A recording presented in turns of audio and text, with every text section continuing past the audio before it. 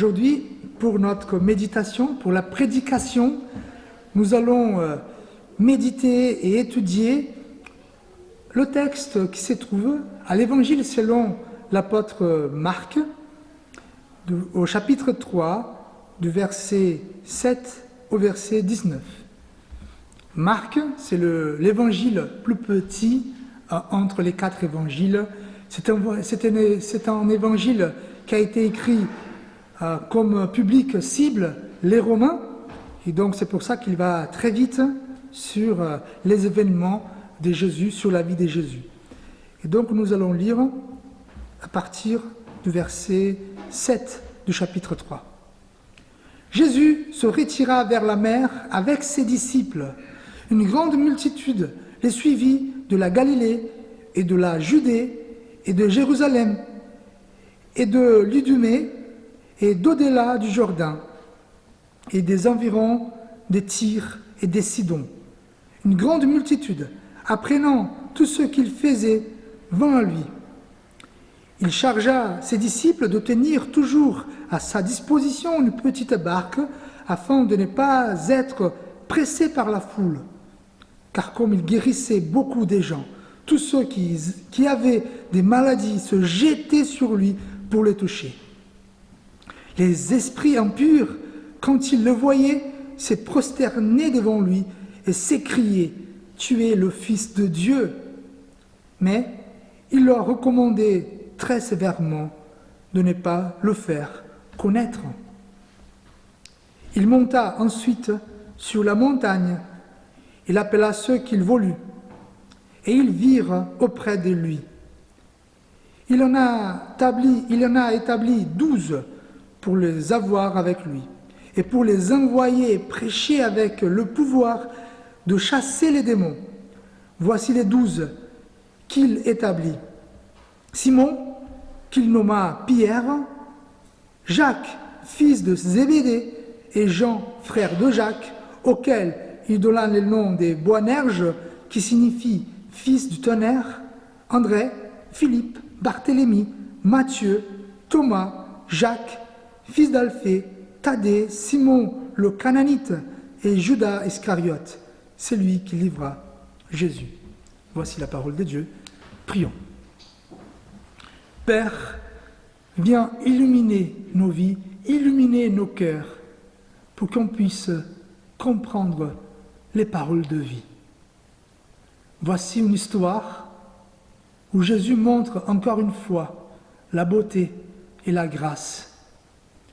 Viens Seigneur nous éclairer afin que nous soyons interpellés par ta parole. Nous t'en prions au nom de Jésus. Amen.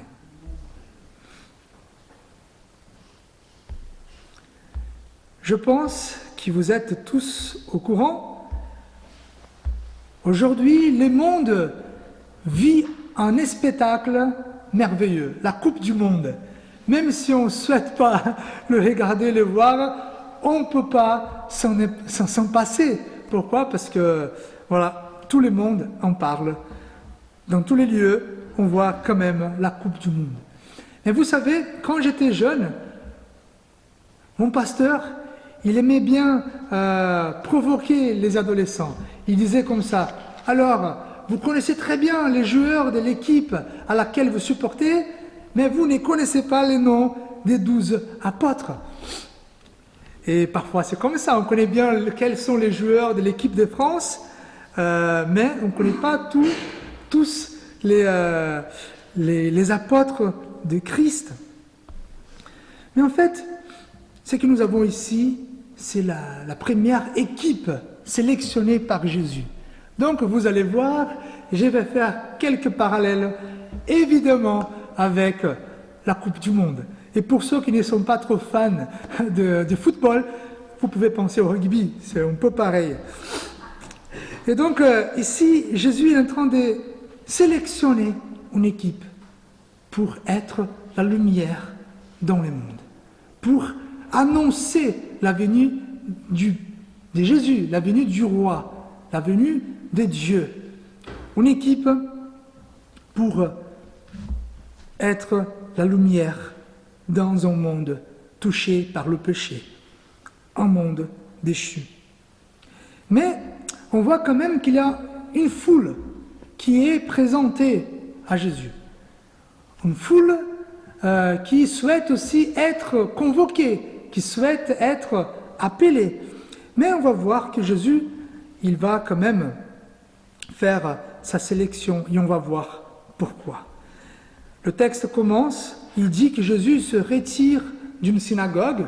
Vous savez, la synagogue, c'est un genre de chapelle de l'époque.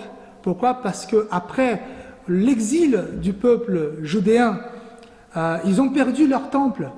Et donc, pour garder les traditions où la parole était prêchée, l'Ancien Testament, certainement, ils ont fait de chapelles qu'ils appelaient des synagogues pour avoir un temps avec Dieu et pour pouvoir enseigner la parole de Dieu.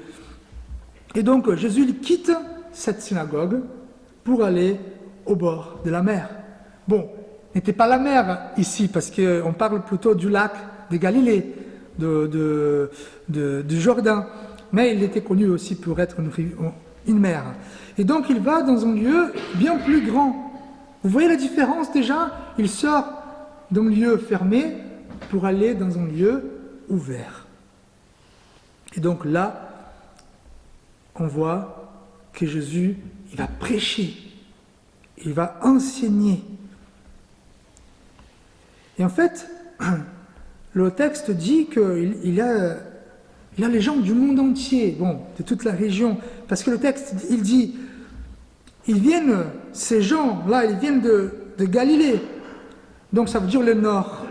Si on a un peu la carte de la Judée d'Israël dans nos esprits, on voit la Galilée, c'est au nord. Judée et Jérusalem, c'est au sud. Idumée, c'est à l'est. Et Tyr et Sidon sont des villes non judéennes, donc des étrangers de cette culture. Donc Marc est en train de dire qu'il y a une foule qui vient de par le monde auprès du Christ pour le voir. Donc la première chose qu'on peut tirer de ce texte, c'est de savoir que Jésus, il vient pour tous, pour tous les mondes. Jésus, il n'est pas exclusif d'une culture, d'une région, d'un pays, d'une civilisation, mais en fait, il est venu pour tout le monde. Et dans cette sélection que Jésus va faire, il y a des gens du monde entier. Jésus, il n'est pas privé. Il ne m'appartient pas. Il appartient à tout le monde. Et en tant que ses disciples, évidemment, nous devons offrir, annoncer l'évangile à tout le monde. Mais dans cette foule quand même, il faut faire le tri. Pourquoi? Parce qu'il y a de toutes sortes de personnes qui sont là devant les Christ.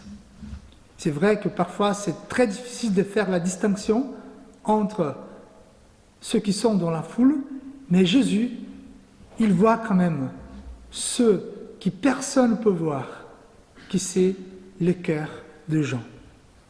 Donc le premier groupe de personnes qu'on voit ici, c'est les opposants de Christ, les adversaires. Notre texte ne parle pas forcément des adversaires, mais tout au long de l'évangile de Marc, du chapitre 1 au chapitre 3, on voit quand même des gens qui sont des adversaires de Christ, ceux qui essayent de piéger Jésus. Et voyons quelles sont les caractéristiques de ceux qui sont opposants à Jésus. D'abord, ils sont proches de Jésus, ils suivent quand même Jésus. Donc, entre un disciple et un opposant, les deux sont toujours près de Christ. Les opposants, ils connaissent la vie de Jésus d'une façon superficielle, bien entendu, mais ils déforment les paroles de Christ. Les opposants, ils s'opposent à Jésus, ils sont religieux, obligent Jésus et ses disciples à suivre leurs règles.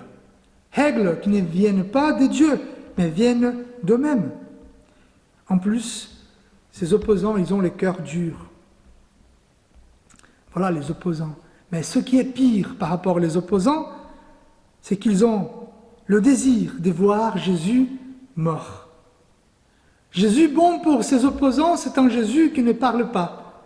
c'est un Jésus qui a la bouche fermée. Voilà les opposants. Et donc, c'est clair que aujourd'hui, quand on voit la foule qui aime Jésus, qui veulent suivre Jésus, ne sont pas tous qui sont vraiment des disciples. Il y a des opposants. Mais Marc, il va remarquer une autre sorte de suiveurs de Jésus. Moi, je les appelle des curieux. Pourquoi? Parce que ces gens-là, ils ne viennent pas pour écouter les paroles de Jésus, pour écouter les paroles de vie, les paroles de sagesse. Ces curieux-là, ils ne viennent pas auprès de Christ pour changer leur vie.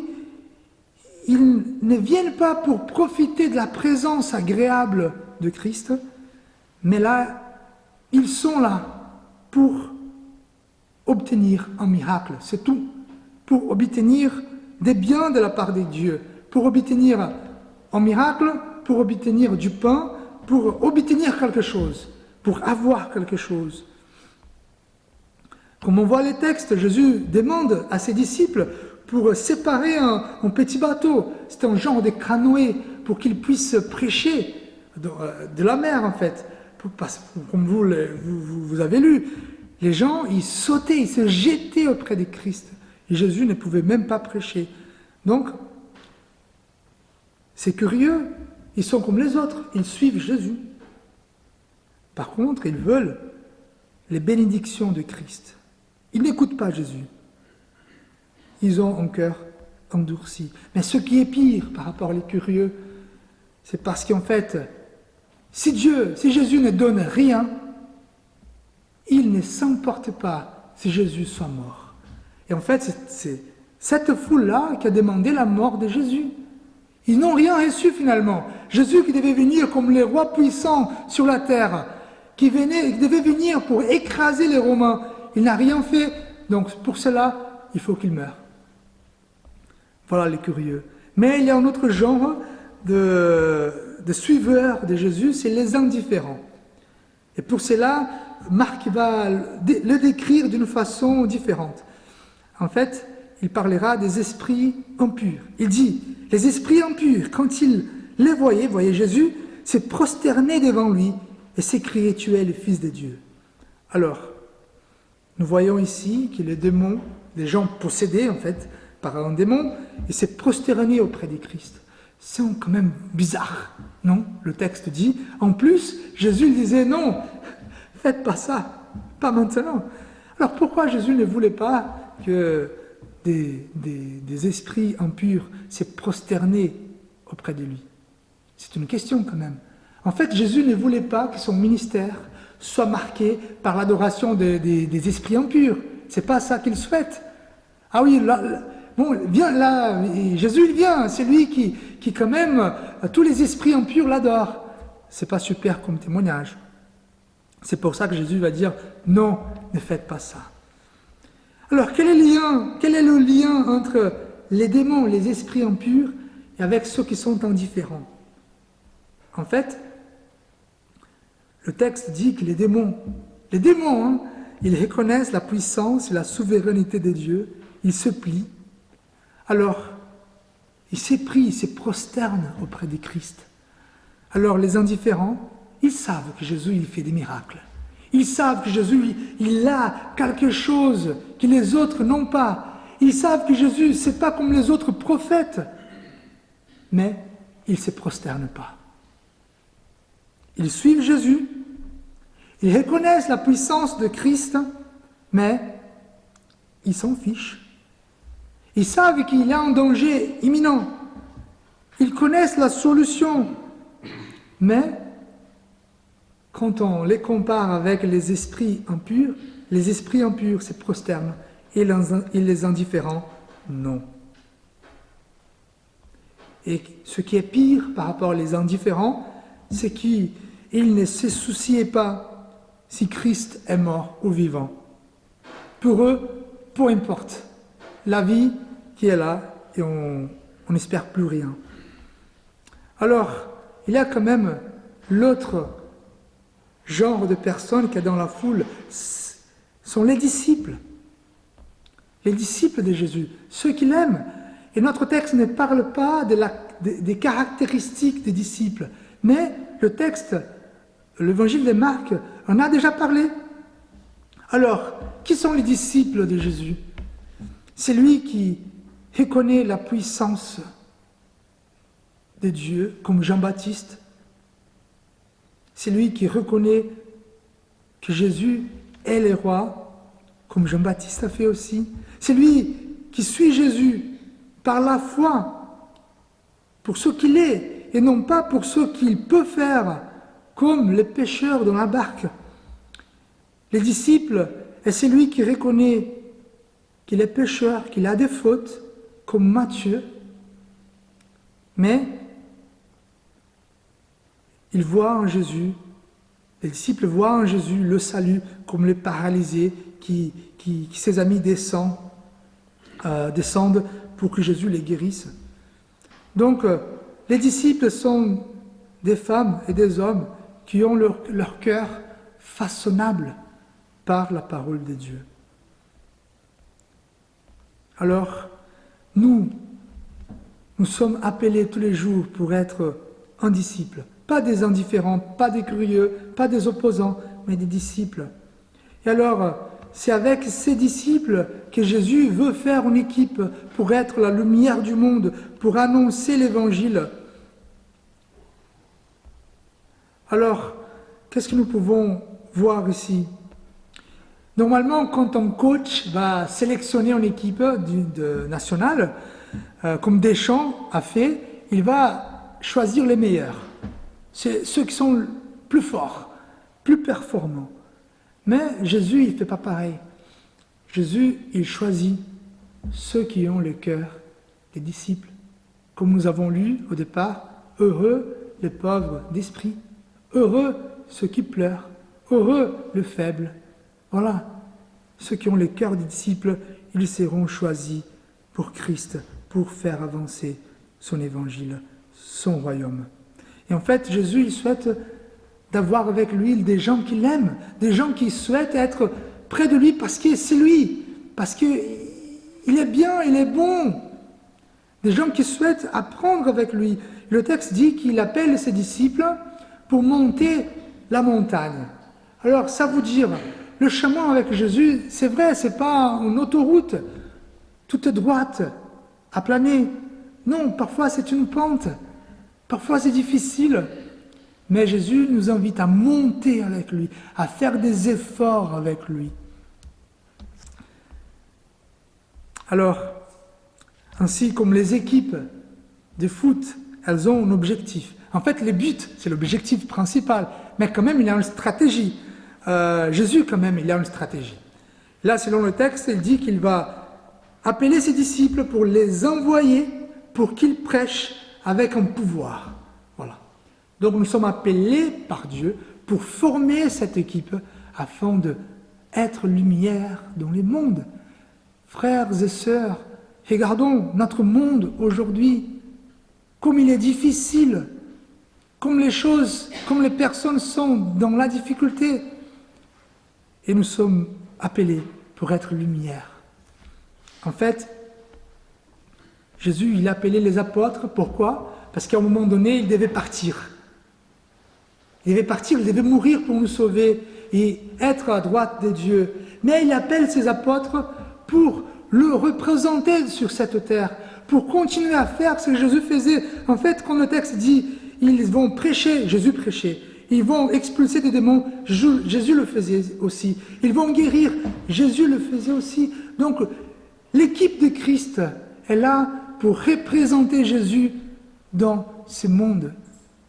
Oui, Jésus pouvait venir au mas d'asile, en chair et en os, mais il a décidé de ne le pas faire, parce que c'est à vous, à nous, d'être le représentant de Christ aujourd'hui. C'est pour ça qu'il nous appelle. C'est à nous de guérir le monde. C'est à nous d'annoncer Jésus-Christ. Alors, on peut se poser la question, mais Fabio, arrivons-nous à annoncer l'Évangile, vu les différences qu'on a entre nous? Mais si on regarde quand même les disciples de Christ, là, je vais finir par là, on voit quand même qu'il y a une sacrée différence. Vous savez, un coach de foot, il ne peut pas appeler, en fait, il a le droit d'appeler 26 joueurs au niveau du foot. Il ne peut pas appeler 26 attaquants. Il ne peut pas appeler 26 défenseurs. Il faut que chacun a son poste, des différences, des diversités. Et finalement, Jésus, il appelle des gens des différents horizons. Quand on regarde ici, on a 12 personnalités distinctes. 12 personnes, 12 ambitions distinctes, 12 expériences de vie distinctes. Ils n'étaient pas pareils. Ils n'appartenaient pas au même groupe. Ils sont appelés, ils avaient des âges différents. Et quand on regarde ici, par exemple, Matthieu et Simon le Cananite, Matthieu, il travaillait pour l'Empire romain. Simon, il appartenait à un groupe qui s'appelait les Cananites. C'était un peu un groupe révolutionnaire contre les gouvernements. Donc, vous avez, bon, si je peux faire le résumé comme ça, des gauches et des droites dans le même groupe. On a ici Pierre, Simon, en fait, son nom était Simon, il était impulsif, craintif, mais Jésus va l'appeler de Pierre, vu la stabilité qu'il portait. Donc des gens craintifs, des gens impulsifs. On a Jacques et Jean, qui étaient connus comme le fils du tonnerre. Pourquoi? Parce qu'ils étaient des gens explosifs, des gens même grossières, beaucoup de grossièreté. Et donc, Jean va être connu pour être les disciples de l'amour. Frères et sœurs, oui, nous sommes différents. Nous sommes hommes et femmes. Déjà, il y a un abîme de différence entre nous.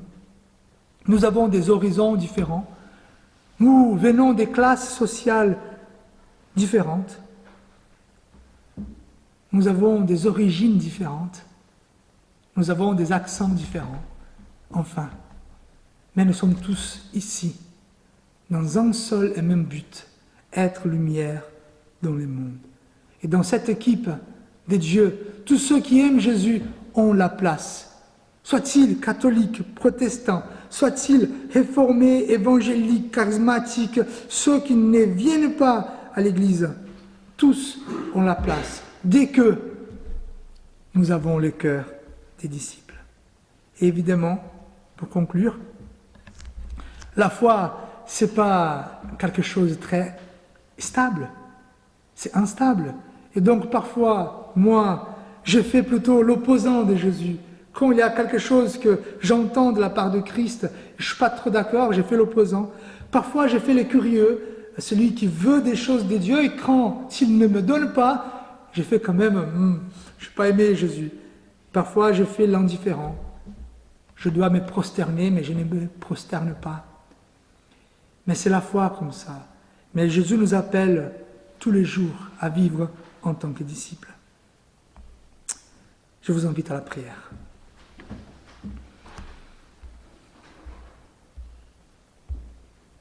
Seigneur, Père éternel, nous voulons te suivre. D'abord, nous voulons t'admirer pour ce que tu es. Mais une fois que nous sommes près de toi, apprends-nous, Seigneur, à avoir un cœur de disciple. Quelqu'un qui t'aime pour ce que tu es, pour ta bonté, pour ton amour, pour ta grâce. Apprends-nous, Seigneur, à vivre ta vie dans ce monde, à être lumière du monde aujourd'hui, Seigneur. Apprends-nous, Seigneur, à vivre selon ta volonté. Nous te prions, Seigneur, au nom de Jésus. Amen.